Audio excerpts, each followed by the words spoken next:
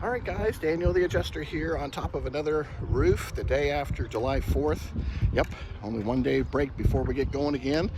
And I wanted to show you guys an incredible hail damaged roof that I found, and it is incredible. So let's take a look. All right, so make sure you get your overviews. We got our right slope over here, it's got 10 damaged. Our left slope's got 10 damaged. And our front slope's got 10 damaged. And then in the back, this is where I found the most damage. So here I'm working for ASI, Progressive, and they require us to do this micro square, which is basically taking the full square and dividing it in 9 squares, and then taking individual pictures of each one of those squares. So let's see what they get to see. Walk up, we take a square, which is number 1, and they get to see, man, there's like 20 hits in that one square. But look at this damage, guys. This stuff is huge.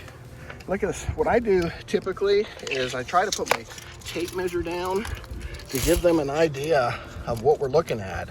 And that's about 1.5 inches, well, 1.25 inches damaged. There's another one over here. Really amazing hit there. But always take a picture of your tape measure because you want to be able to document the size of this thing. Here's another really big one.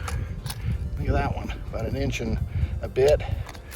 So lots of damage, but look at the square. So each square, the reason why they do the micro square is that when you do number 2 square, they can see how many hits are in each square. Number 3, number 4, and so on.